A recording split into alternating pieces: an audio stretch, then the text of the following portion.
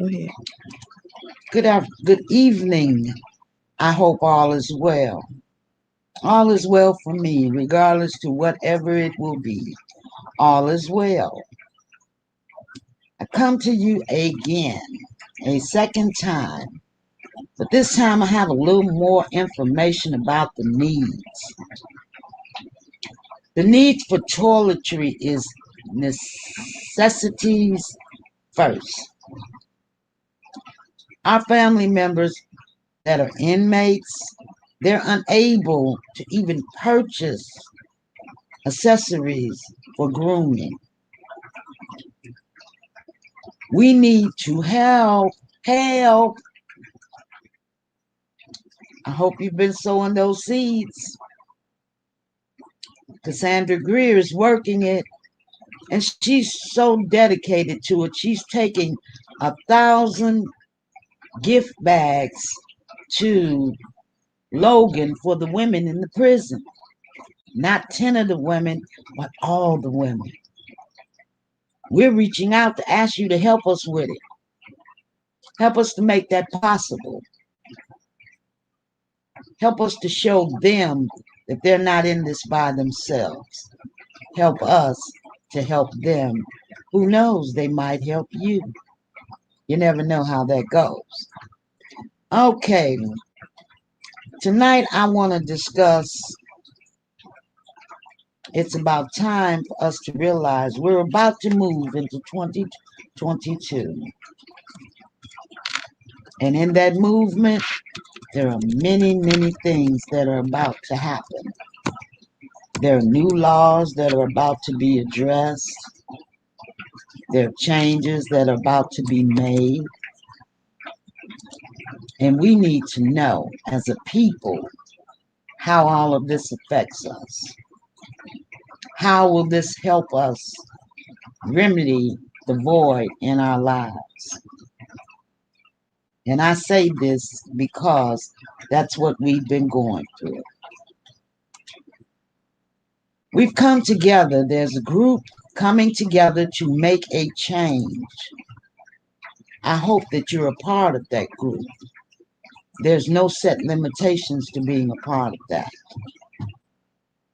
You might have a thought or an idea, but it will do no good if it stays in your head or in your heart.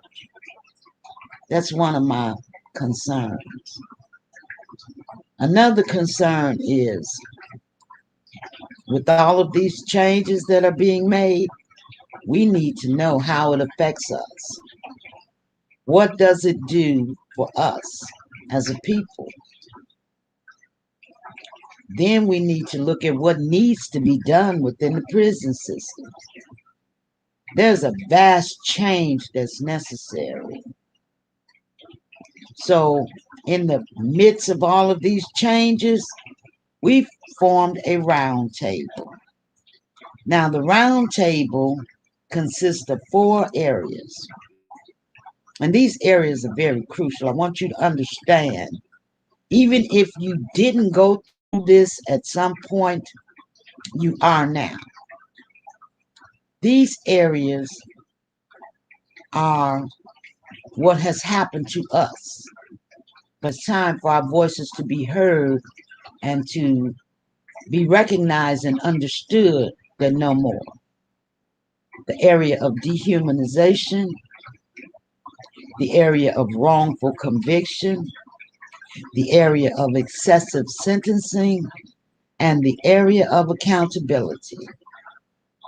These are crucial areas that have put so many of our family members behind the walls, and they call it justice.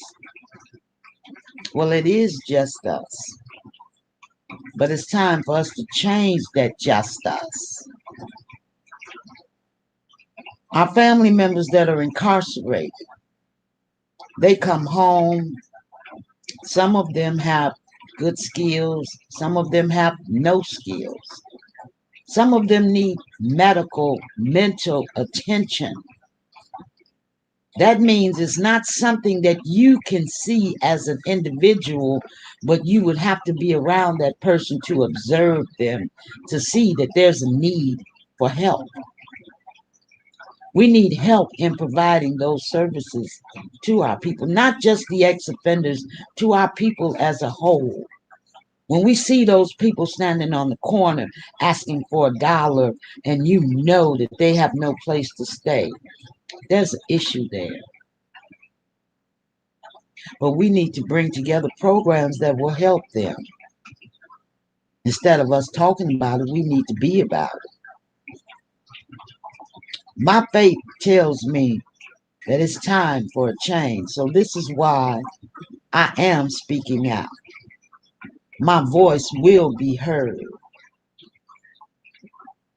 And you will, if do nothing else, learn about ethics, values, trust, and truth.